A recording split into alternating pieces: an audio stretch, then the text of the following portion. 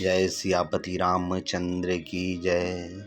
भगवान नारायण के 24 अवतार में दशावतार स्तुति सबसे श्रेष्ठ माना गया है, जिसमें प्रथम अवतार मत्स्य अवतार प्रलय का समय था।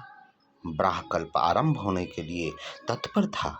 उस समय सत्यव्रत नाम के एक राजा थे, जो बड़े ही धर्मनिष्ठ, धर्मात्मा और तेजस्वी और कीर्तिमान सत्यवादी थे। वे भगवान नारायण के परम भक्त थे। वो नदी किनारे सूर्यदेव को अर्घ दे रहे थे। ओम सूर्यदेवाय नमो नमः, ओम आदित्य पुत्राय नमो नमः, ओम भास्कराय नमो नमः। जब ये जल दे रहे थे तभी आवाज आया, राजा राजा राजा मुझे बचाओ राजा। उन्होंने देखा चारों तो कोई नहीं था। फिर जल उठाया, फिर आवाज आया, राजा। तब उन्होंने हाथ में देखा, एक छोटी सी मछली उन्हें आवाज दे रही है, राजा यहाँ बड़ी मछलियाँ हमें खा जाएंगी, हमारी रक्षा करो। महाराज उसे ले आके अपने महल में लाए, एक स्वर्ण के पात्र में रखे। मेरा महल बहुत बड़ा है, इसमें तुम सुरक्षित रहो। उन्होंने कहा ठीक है। वह रहने लगी। फिर बार दूसरे दिन आए, बहुत बड़ा है, उससे भी बड़ा लाए, वो भी छोटा हो गया। तीसरे दिन उससे भी छोटा हो गया वो घड़ा। फिर नदी में रखे।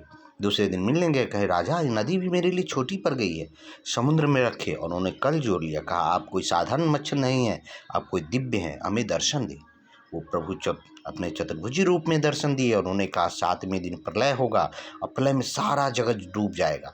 तुम सप्तऋषि के साथ अपने नाव पे बैठ के नौका पार करना, नौके पे रहना। उन्होंने कहा मेरी पत्नी, मैं पत्नी से बहुत प्रेम करता हूँ। उन्होंने कहा वो महादेव पर छोड़ दो, महाकाल पे, क्योंकि तुम्हारी पत्नी उतनी धर्मात्मा नहीं है, लेकिन तुम्हारे प्रेम से कहीं महाकाल को दया आ जाए। फिर राजा 7 दिन में सारा चीज इकट्ठा कर लिए। भगवान श्री हरि ने कहा महाप्रलय आरंभ हो। भगवान शिव का तांडव नृत्य चलने लगा और प्रलय सारा जलमग्न हो गया। महाराज थर्राने लगे उनके नाव। तब वो अपने नाव में बांध के वासुकी नाग से प्रभु उन्हें एक चतुर्युगी कल्प में ब्रह्मा के 1 चौकरी वर्ष दिन होता है और 1 चौकरी वर्ष रात होता है। उन्होंने ब्रह्मा के 1 चौकरी वर्ष तक उन्हें धर्मशास्त्र के संगति सारा कथा सुनाते रहे।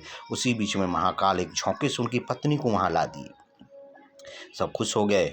प्रलय समाप्त हुआ, पृथ्वी चारों तरफ निकला।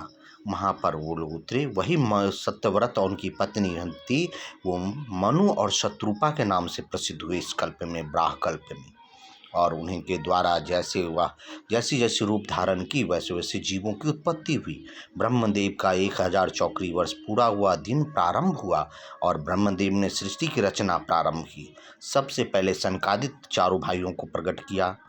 फिर सप्तऋषि मुख से प्रकट हुए, नारद प्रकट हुए, भ्रुकुटी से सदाशिव प्रकट हुए,